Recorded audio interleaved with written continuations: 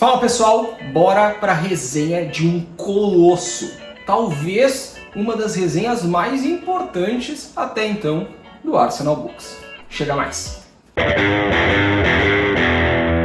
Fala pessoal, eu sou o Andrew do Arsenal Books e hoje eu estou aqui para fazer a resenha do gigantesco, do colossal Pilares da Terra, do grande Ken Follett. Ken Follett, que talvez seja o autor que eu mais falei até então no Arsenal Books. Ele rivaliza ali com o Bernard Cornwell, mas eu acho que eu já falei e já fiz mais referência a Ken Follett por aqui. Dois grandes mestres dentro do gênero de ficção histórica. E hoje eu tô aqui para falar sobre provavelmente a obra mais importante e mais reconhecida do escritor britânico Ken Follett. Pilares da Terra é uma obra seminal e muito celebrada mundo afora. Ken Follett atingiu um nível de estrelato aqui dentro da literatura com este livro e eu vou falar mais sobre e destrinchar ao longo deste vídeo para vocês. Antes de mais nada, eu peço que curtam o vídeo, ajuda demais na divulgação e crescimento do projeto Arsenal Books. Compartilhem com quem possa interessar, com quem quer começar a ler Follett ou quem já é fã de Ken Follett. Compartilha que ajuda muito e principalmente se inscreve no canal e ativa o sininho para notificação. Semanalmente vocês me encontram por aqui, é uma certeza, sempre nas terças-feiras às 19 horas. Mas eu tenho me programado para aumentar essa frequência e se vocês deixarem o sininho ativado, vocês não perdem nenhum aviso ou alerta aí quando tiver envio novo do Arsenal Books por aqui, beleza? E agora eu quero compartilhar com vocês também o universo Arsenal Books. Visitem, é o primeiro link na descrição aqui do vídeo. Lá vocês vão encontrar as minhas páginas em outras redes sociais, minha página pessoal no Scoob, para quem utiliza a plataforma e tem interesse em acompanhar minhas leituras por lá. Minha página dentro da Amazon, a página do Arsenal Books dentro da Amazon, eu organizei lá por categorias. Então vocês vão encontrar os livros por gêneros, ficção histórica, terror, fantasia, thrillers, HQs e até também uma lista com as principais bebidas que eu indico para vocês por lá. Vocês comprando através desses links, obviamente vocês não pagam nada mais por isso e geram uma renda para este que indica os produtos e com isso eu consigo reinvestir todo esse valor dentro do canal, sempre querendo trazer mais qualidade para vocês e expandir o projeto. Beleza? Então agora, sem mais delongas, eu tô tomando um vinho branco hoje por aqui. Eu até ia tomar um vinho tinto que conversa muito bem com a obra Pilares da Terra, porque todo mundo bebe muito vinho e muita cerveja aguada por aqui. Como eu não queria tomar cerveja aguada, eu pensei, vou num vinho tinto. Só que tá um calor dos infernos no Rio Grande do Sul, tá pegando fogo essa terra. Então eu tô tomando um vinho branco bem gelado que vai descer muito bem pra gente trocar essa ideia sobre Pilares da Terra. Então agora sim, sem mais delongas, bora pra resenha. Pessoal, falando um pouco sobre Ken Follett, vocês sabem o quanto eu sou fã deste autor britânico. Eu nem vou entrar muito na questão da biografia do autor, acho que não cabe. Ken Follett já é um escritor muito difundido em solo brasileiro, mas eu queria chamar atenção para um detalhe. Conversando com um amigo, trocando uma ideia sobre um amigo que também escreve, se interessa por fazer cursos e praticar a arte da escrita, ele está fazendo a Masterclass do Ken Follett, que é um curso que eu me interesso bastante, ainda o farei. E ele me comentou uma questão que me chamou a atenção quando eu falei para ele que eu estava lendo Pilares da Terra. Ele sabe que eu sou muito fã de Ken Follett, veio me comentar que estava fazendo essa Masterclass, eu falei, estou agora mesmo explorando a grande obra dele, Pilares da Terra. E ele disse que o Ken Follett comenta uma questão importante nessa Masterclass, tomando como base o Pilares da Terra. Porque as tramas de ficção histórica do Ken Follett, ele bate na tecla que ele precisa de uma questão, uma pergunta, uma dúvida que ele tenha como ponto de partida. E o exemplo que ele traz nessa Masterclass, meu amigo me falou, é, pensando em Pilares da Terra, ele parou e pensou o seguinte, cara, lá no século XII, a Inglaterra passando por um período muito conturbado que ficou conhecido como um período anarquista.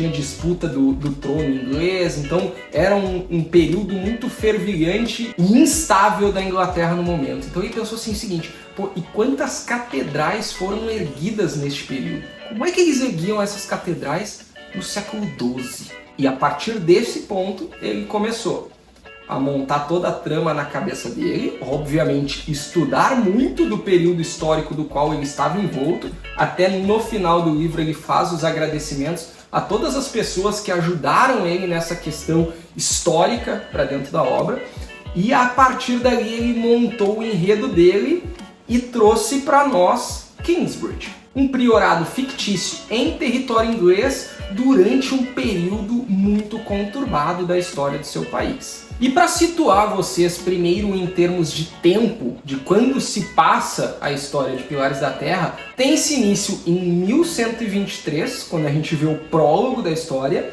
e ele vai se encerrar, o último capítulo, em 1174.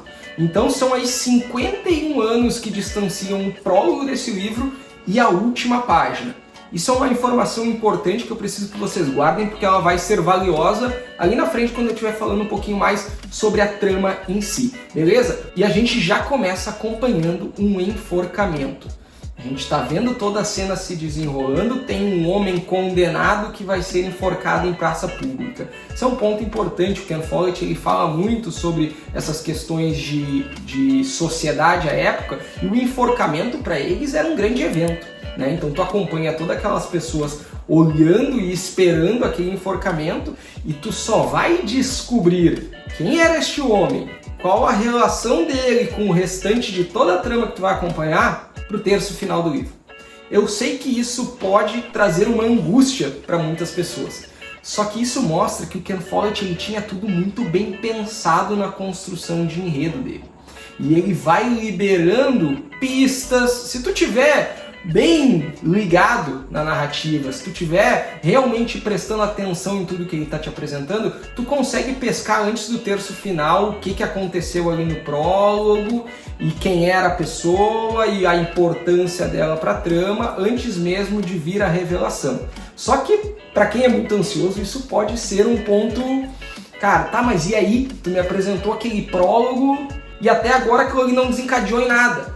Só que tem um ponto importante. Aí eu vou voltar de novo para a parte de estudo da escrita. O prólogo ele tem que ser sempre escrito com muito cuidado. Um ensinamento que eu aprendi a respeito do prólogo é que o prólogo ele tem que ser uma parte da história que mesmo se tu pular ela e tu ler só a partir do capítulo 1, por exemplo, tu não perde nada. Tu vai conseguir entender todo o restante do livro se tu pular o prólogo.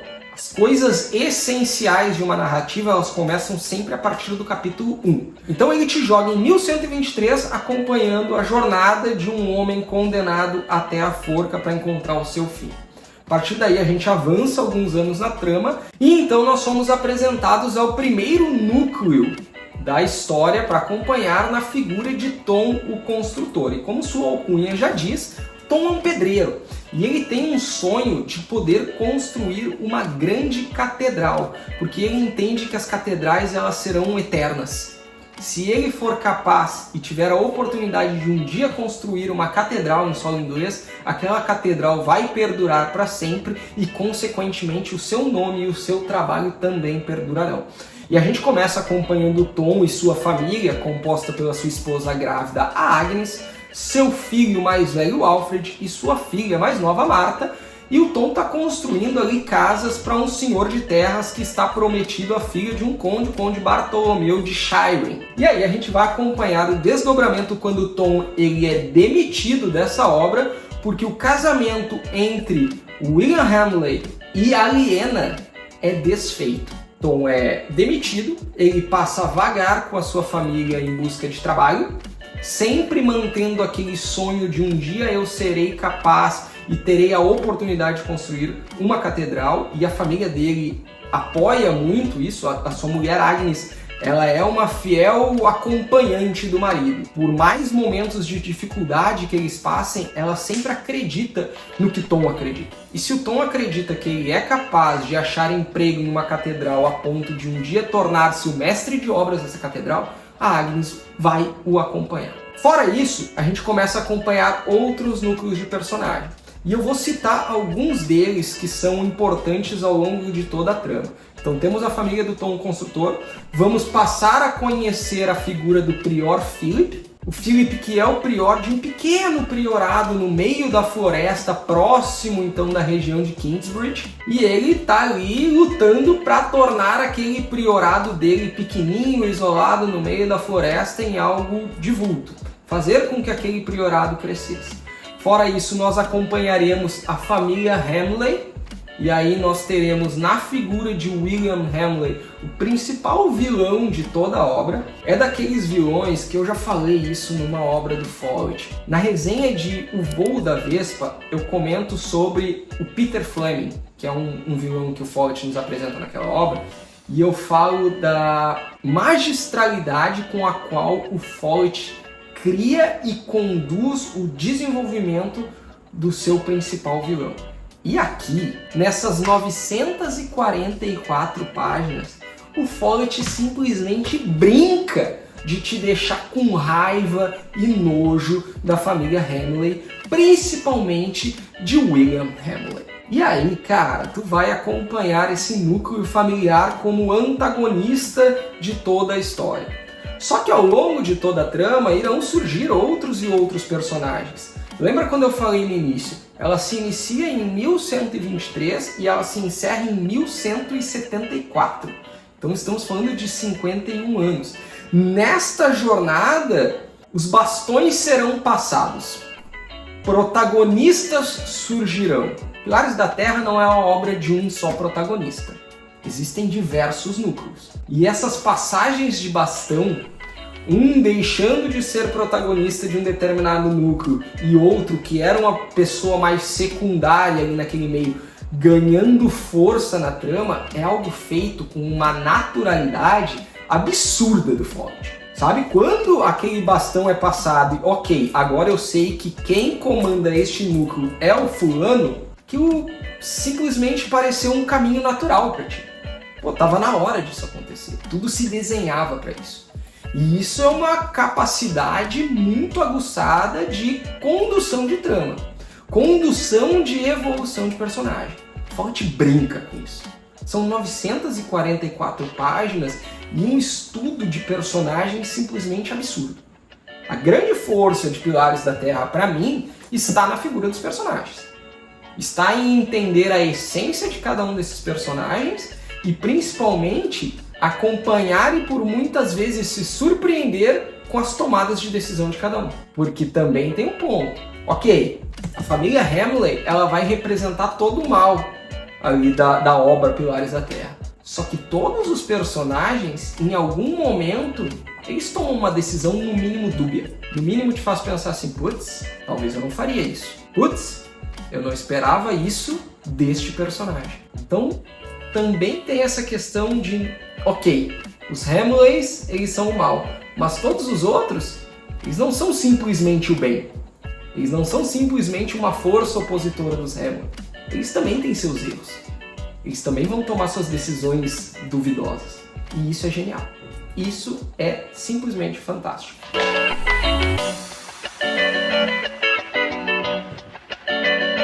Aí vocês podem me perguntar o seguinte, bom, então Andrew, Pilares da Terra é simplesmente um livro perfeito. Não. Foi um livro que me desafiou. Eu tive alguns problemas de ritmo com essa leitura. O Ken Follett, ele consegue, por vezes, te apunhalar com a trama quando tu não tá esperando. Ele desenrosca algumas situações que parecem complicadas ou, no mínimo, putz, pra onde isso aqui tá indo? E quando vê, ele te pega no contrapé. E aí, quando essas grandes passagens ou reviravoltas acontecem dentro da obra, aí tu diz assim, beleza, agora isso aqui vai. E aí ele arrefece o ritmo e começa a falar sobre como os pedreiros construíam as catedrais. Não é um problema. Vejam bem, sou apaixonado por história. O estudo é muito dedicado que o Follett faz. Só que tem vezes que ele pesa a mão demais. Tem vezes que tu vai passar páginas e páginas tentando entender como é que um determinado personagem quer construir a parede da catedral tal. Como que ele vai fazer para trazer as pedras até o local? Tem vezes que eu acho que ele estica demais. E aí, por vezes, nestes períodos mais mornos da história, por assim dizer, eu tive que dar uma insistida. Tem um ponto que eu acho que é importantíssimo, e agora eu começo a passar como de praxe aqui as imagens do livro em si para vocês olharem. Este aqui é o único livro físico que está de posse da editora Rocco. Todas as outras obras do Ken Follett hoje estão sob domínio da Arqueiro. E a editora Rocco, embora ela faça um trabalho de capa muito bonito aqui, porque é um material em capa dura, fitilho, marcador de página, 944 páginas, a diagramação é muito pequena. Eu ficava muito tempo em cada página. E aí quando tu via blocos de texto muito grandes e uma diagramação pequena, uma letra pequena, isso acaba sendo um pouco ok, tu não digere muito bem, pelo menos no meu caso. E aí eu já acho que isso não acontece nas edições de Ken Follett pela Arqueiro. A diagramação da Arqueiro, para mim, ela é mais confortável, ela é melhor, flui mais rápido. Tanto que aqui nós temos 944 páginas e o Crepúsculo e a Aurora também é um calhamaço, estamos falando aí de 700 páginas. Cara, isso aqui eu demorei, olha, nem um quarto do tempo que eu demorei para ler Pilares da Terra. Então acabou sendo uma leitura que eu tive que estender muito mais do que o meu planejado. Isso é ruim? Não. É uma particularidade para mim. Foi algo que aconteceu para mim. Então tem duas coisas nesse livro que me deram uma quebrada de ritmo. Primeiro, é o próprio ritmo que o autor emprega para a obra. Sabe, um eletrocardiograma muitas vezes. Agora eu estou no ápice, avança alguns anos e vamos lá para baixo de novo. Vamos ver como é que está a construção da Catedral de Kingsbridge. Chegamos no ápice de novo. Volta, vamos dar uma acalmada de novo. Então esse sobe e desce do ritmo me incomodou um pouco e também principalmente a diagramação. Daí não tem nada a ver com o Follett em si, beleza?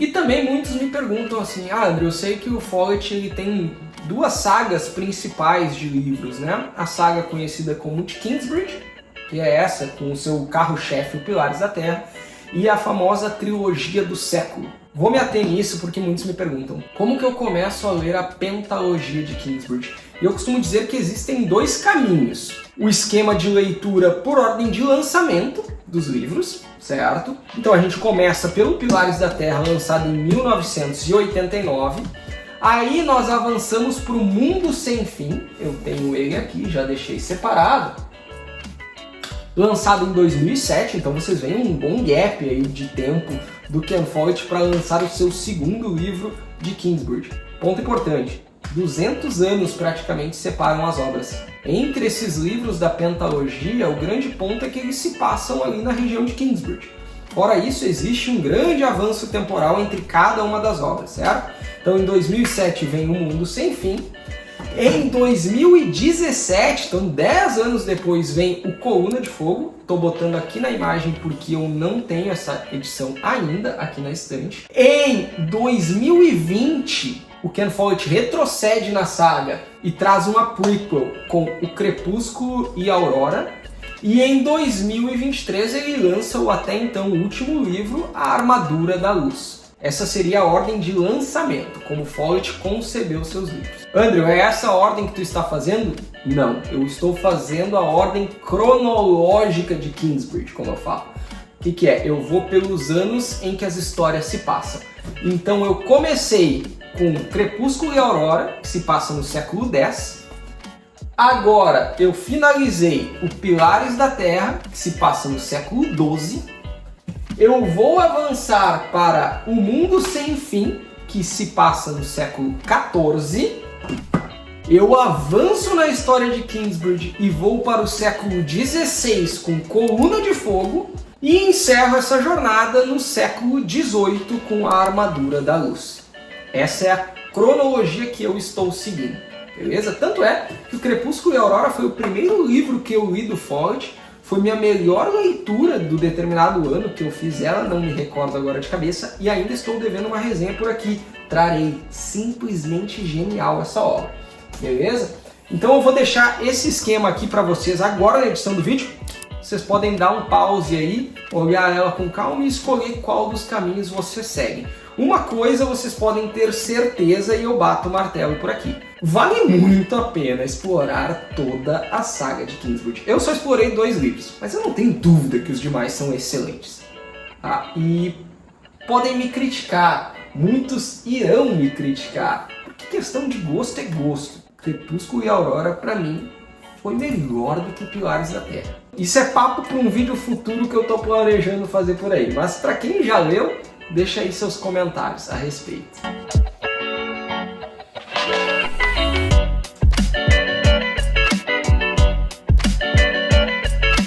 E pessoal, obviamente vocês sabem que eu nunca encerraria uma resenha sem ler algumas passagens de destaque para mim nessa obra, para dar aquele gostinho para vocês entenderem um pouco da prosa do Follett, que eu vou repetir. Toda vez que eu falo de Follett, eu falo a mesma coisa. Follett é dono da melhor prosa com a qual eu já tive contato. Então, vamos conferir algumas coisas. Eu estou aqui com a minha página do Scooby aberta e eu vou lá para a página 116, tem que deixar o livro apoiado aqui de tão pesado que ele é. Na página 116, o Follett coloca uma questão assim, vou até fazer uma correlação, por que não, com o meu último vídeo de resenha de Os Borgias. Para quem não viu ainda, assista.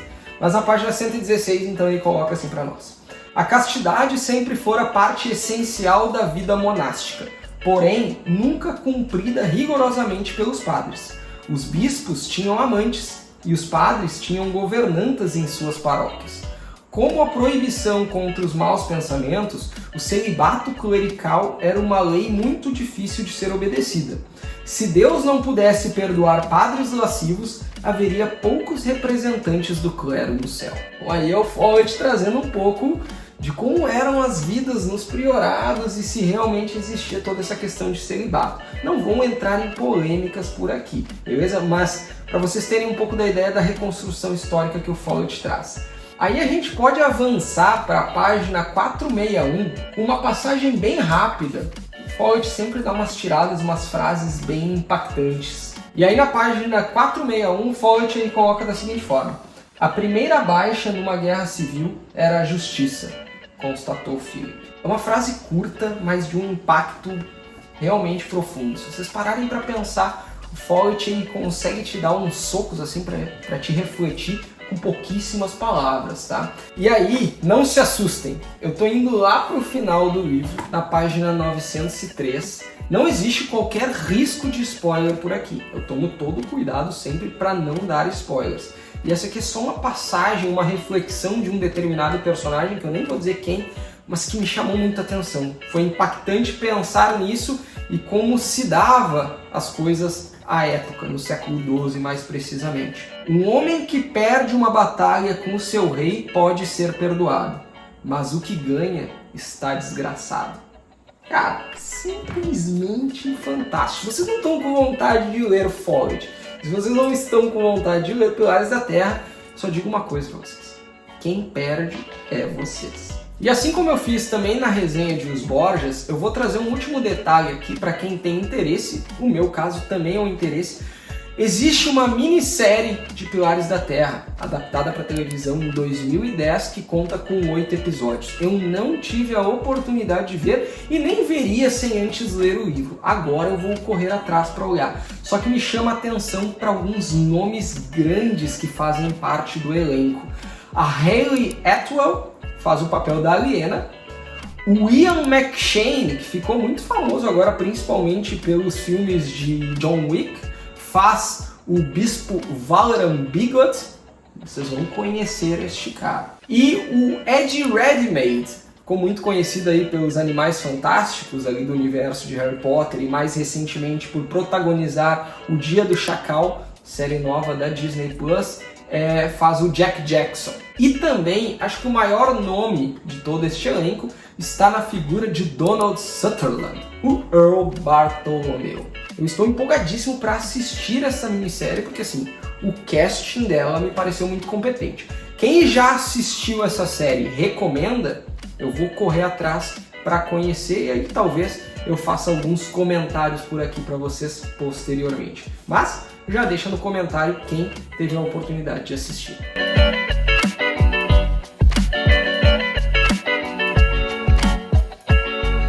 Bom, pessoal, essa foi uma jornada longa.